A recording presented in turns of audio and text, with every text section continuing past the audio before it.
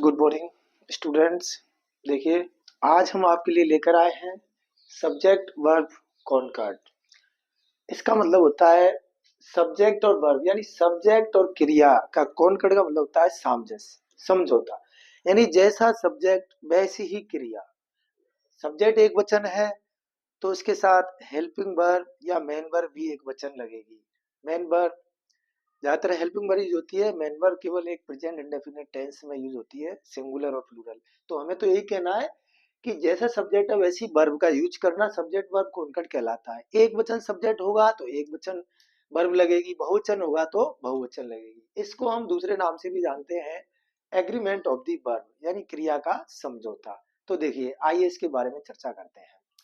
तो सबसे पहले देखो, जैसा कि ये स्पष्ट हो रहा है कि सब्जेक्ट वर्ब कॉनकॉर्ड से ही सिंगुलर सब्जेक्ट, जो हमारे सिंगुलर सब्जेक्ट हैं, सबसे पहले इस चैप्टर को सीखने के लिए हमें ये याद होनी चाहिए कि सिंगुलर प्लूरल क्या होते हैं। तो जो चीजें एक होती हैं, चाहे वो व्यक्ति हो, वस्तु हो, जानवर हो, पक्षी हो, कोई भी हो, अगर एक है तो वो सिंगुलर होता है, तो हम उसे सिंगुलर सब्जेक्ट कहते हैं। तो जैसे कि ही मिस वह, सी मिस वह, इट मिस वह, ये मतलब दिस मिस ये, दैट मिस वह। तो ये एक वचन के लिए यूज किए जाते हैं। ऐसे ही एक व्यक्ति, एक जानवर, एक वस्तु, एक पक्षी, तो जो भी एक होगा वो सब सिंगुलर होंगे। अब वही बात, अब हमें सिंगुलर वर्ब भी आनी चाहिए इस चैप्टर को सीखने के लिए कि सिंगुलर वर्ब्स कौन कौन सी होती हैं। तो देखिए, singular verbs M B first form plus S I S, जो क्रिया की फर्स्ट फॉर्म होती है उसमें अगर एस आई एस लगा है तो मान लीजिए वो कि first form plus S I S singular verb है, क्योंकि प्रेजेंट इंडेफिनिट टेंस में और वर्ब की फर्स्ट फॉर्म में S I S singular subject के साथ लगाया जाता है, इसलिए वो सिंगुलर वर्ब है। डज ये सिंगुलर सब्जेक्ट के साथ यूज होगी, इज सिंगुलर है सिंगुलर है, वाज सिंगुलर है। तो इस तरह ये हमारी सिंगुलर वर्ब होंगी। दूसरा है प्लूरल सब्जेक्ट। अब प्लूरल सब्जेक्ट भी आने चाहिए। तो प्लूरल जो एक से अधिक होता है वो प्लूरल होता है, यानी अगर दो है, तीन है, ज्यादा है तो वो सब प्लूरल माने जाते हैं। जैसे कि वी, हम, यू, आप, दे, वे, दीज, दोज, आई। आई को कभी सिंगुलर, कभी प्लूरल, कभी कुछ ऐसे अलग अलग मान लिया जाता है, लेकिन वहां सारी चीजें फिक्स होती हैं, तो उनको भी हमें सीखना जरूरी होता है। तो आइए, और भी लिखा है एक से अधिक, चाहे वो व्यक्ति है, वस्तु है, जानवर है या पक्षी है, कुछ भी है, प्लूरल सब्जेक्ट होते हैं। अब यहाँ हम बात करते हैं, चलिए, प्लूरल वर्ब के बारे में। तो प्लूरल वर्ब होती है जो हमारी प्लूरल वर्ब्स हैं, एम बी फर्स्ट फॉर्म। वही बात है कि प्रेजेंट इंडेफिनिट टेंस के अंदर प्लूरल सब्जेक्ट के साथ वर्ब की फर्स्ट फॉर्म का यूज करते हैं, इसलिए ये प्लूरल वर्ब है। डू प्लूरल है, आर प्लूरल है, हैव बी प्लूरल ही है, और वर्ब प्लूरल वर्ब है। अब यहाँ हम बात करते हैं कि आई को कहाँ कैसा माना जाता है। तो देखिए, प्रेजेंट कंटिन्यूअस टेंस के अंदर आई के साथ स्पेशल हेल्पिंग वर्ब लगाई जाती है, वो है एम। तो इसलिए यहाँ आई के साथ कहीं कोष्टक में आंसर में तुम्हें एम दिखे तो वहां हमें आई के साथ ही लगानी है। आई के साथ बाज भी लगाया जाता है, क्योंकि पास्ट कंटिन्यूअस टेंस में ऐसा होता है, वहां आई को सिंगुलर माना जाता है, इसलिए बाज लगता है। फिर फ्यूचर टेंस की बात करें तो फ्यूचर टेंस, पूरा ही फ्यूचर टेंस ऐसा है, उसमें सेल बिल हेल्पिंग वर्ब लगती हैं, और नियम ये है कि आई और बी के साथ सेल लगाया जाता है, चाहे वो सेल बी है, सेल हैव है, या सेल हैव बीन है, आई वी के साथ लगेगा। बाकी कोई भी सब्जेक्ट होगा, चाहे वो सिंगुलर हो, प्लूरल हो, चाहे कोई भी हो, आई और बी को छोड़ करके सबके साथ बिल लगेगा। तो ये तो हमारी प्लूरल सिंगुलर सब्जेक्ट और वर्ब्स हुई, इनके बारे में हमने जाना। अब हम रूल्स के बारे में पढ़ेंगे कि ये तो सीधे सीधे सब्जेक्ट है इसलिए हम जान गए, लेकिन बाकी के जो सब्जेक्ट होते हैं उनके बारे में जानकारी करते हैं। आइए, तो जैसे यहाँ कुछ एग्जाम्पल दिए हैं, इनसे समझते हैं। आई खाली जगह डॉक्टर, कोष्टक में इज और एम आया है, तो यहाँ आई है, आई के साथ अभी बताया था कि अगर एम कहीं हो और आई हो सब्जेक्ट तो एम ही लगेगा, तो आई के साथ एम, तो इसका आंसर क्या होगा, एम होगा, एम। दूसरा देखते हैं, क्योंकि इज तो सिंगुलर के साथ लगेगा, आई को सिंगुलर नहीं माना, अलग हेल्पिंग वर्ब है। ही, तो ही हमारा, ही जो है सिंगुलर सब्जेक्ट है। इनमें हमको, अब देखिए, ये फ्यूचर टेंस आ गया, तो फ्यूचर में सिंगुलर प्लूरल का कोई रूल्स नहीं है, उसमें सेल विल का रूल्स है कि आई वी के साथ सेल लगाते हैं और सबके साथ बिल। तो हम देखेंगे ही के साथ तो सेल लगेगा नहीं, क्योंकि आई वी के साथ लगता है तो बिल लगेगा, इसलिए इसका आंसर क्या होगा, विल। ये हो जाएगा। थर्ड सेंटेंस देखेंगे, सी खाली जगह टू टेम्पल डेली, तो यहाँ गो दिया है और गोज दिया है, तो सी देखेंगे हम सिंगुलर सब्जेक्ट है। और अभी हमने ऊपर देखा था कि जो वर्ब की फर्स्ट फॉर्म में एस लगा हो या ईएस लगा हो तो वो हमारी सिंगुलर वर्ब होती है, तो ईएस लगा है इसलिए सिंगुलर सब्जेक्ट सी है, तो इसके साथ सिंगुलर वर्ब गोज लगेगी, तो इसका आंसर गोज हो गया। गो तो प्लूरल के साथ लगती। नेक्स्ट प्यूपिल, तो यहाँ देखेंगे प्यूपिल बहुवचन है, बहुत सारे लोग, और यहाँ कोष्टक में आया स्पीक और स्पीक्स, तो वही बात है कि अगर वर्ब की फर्स्ट फॉर्म में एस लगा हो या एस लगा हो तो वो हमारी सिंगुलर मानी जाती है, और केवल वर्ब की फर्स्ट फॉर्म है तो वो प्लूरल है, तो हमारा सब्जेक्ट प्लूरल है इसलिए हमारी वर्ब प्लूरल स्पीक है, तो आंसर होगा स्पीक, तो यहाँ हम आंसर स्पीक लिखेंगे। नेक्स्ट दे, ये भी प्लूरल सब्जेक्ट है दे, यहाँ वर्ब हमारी है सिंगुलर है, हैव हमारा प्लूरल, तो यहाँ प्लूरल यानी बहुवचन सब्जेक्ट है तो बहुवचन क्रिया हैव होगी, इसलिए बहुवचन सब्जेक्ट के साथ बहुवचन क्रिया हैव लगाएंगे। तो ऐसे यहाँ आई के साथ हमने एम लगाया, ही एक वचन था तो एक वचन का नियम इसमें है नहीं, इसमें सेल बिल था तो बिल लगेगा। सी एक वचन है तो एक वचन क्रिया हमारी ईएस वाली है, ये आंसर आ गई। प्लूरल बहुवचन है तो बहुवचन हमारी वर्ब की फर्स्ट फॉर्म होती है, इसका आंसर ये हुआ। इस तरह से ये हमारा जो बेसिक नॉलेज है सब्जेक्ट वर्ब कॉन्कर्ड के बारे में हमने आपको ये बताया है। इसके बाद हम देखो आपका एक रूल और बताते हैं, आज हम आपके लिए एक रूल पढ़ लेते हैं।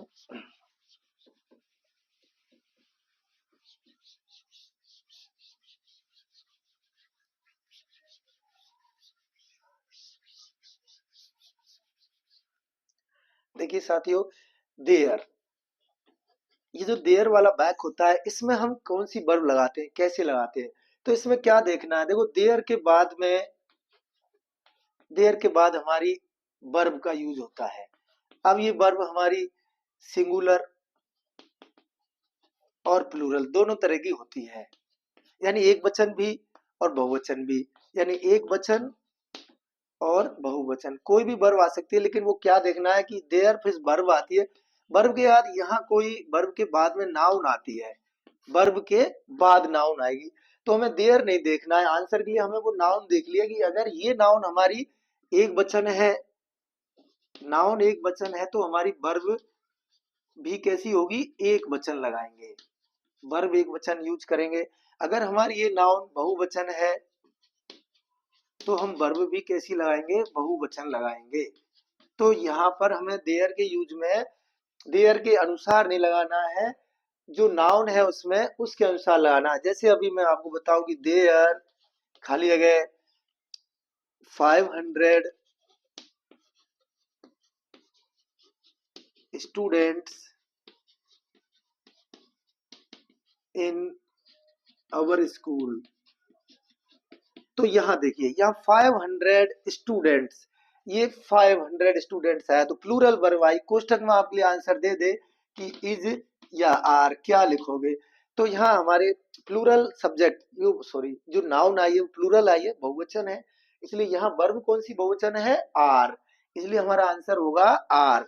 इसका मतलब हो गया कि there are 500 student in our school, हमारे विद्यालय में 500 विद्यार्थी हैं। ऐसे एग्जाम्पल और लेते हैं, there a garden in my school,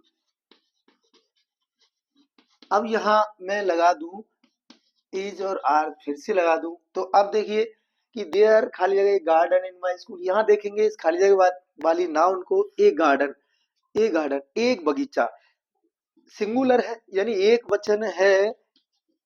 वचन है तो हमारी क्रिया एक वचन कौन सी है, इज है, इसलिए आंसर क्या आएगा, इज आएगा, तो ये हो गया answer, there is a garden in my school, मेरे बगीचे में एक बगीचा है। तो दोस्तों देयर के यूज में हमें ये जो जो ब्लैंक है, ये खाली जगह है, इसके बाद जो नाउन आती है वही देखनी है, उसके अनुसार हमें सिंगुलर प्लूरल लगाना है। अगर वो नाउन एक वचन है तो एक वचन क्रिया लगाएंगे, बहुवचन है तो बहुवचन लगाएंगे। यहाँ क्रिया से कंफ्यूज नहीं होना है, आपको बता दूं वर्ब वर्ब के अंदर एच बी और एम बी दोनों ही आ जाते हैं, तो मतलब जहां एच बी होती है तो एच बी यूज करें, जहां एम बी होती है तो एम बी यूज करें।